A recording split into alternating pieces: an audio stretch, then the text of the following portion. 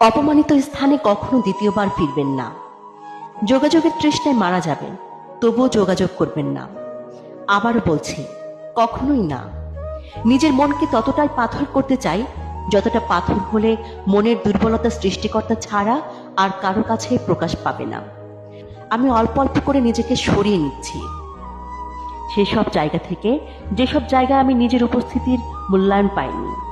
আমি গুরুত্বের লোভী, গুরুত্ব না পেলে আমি অস্থিরতায় পড়ে যাই, আর তখন দ্রুত সেসব জায়গা থেকে সরে যাওয়াতে শান্তি অনুভব করি।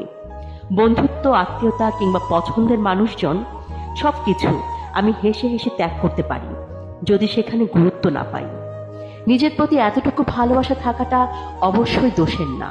রবি ঠাকুর একটা কথা বলেছিলেন, পৃথিবীতে কাহারও অভাবে অধিক দিন কোনো কিছুই শূন্য থাকে না।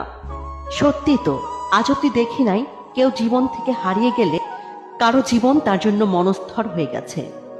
বরং সেই মানুষটার শূন্যস্থান কোনো না কোনো সময় ঠিকই পূরণ হয়ে গেছে, হয়ে যায়। কত ভালোবাসাবাসি, কত মনের টান, কত স্মৃতি উপেক্ষা করে মানুষ দিব্যি ভালো থাকে নতুন মানুষকে নিয়ে।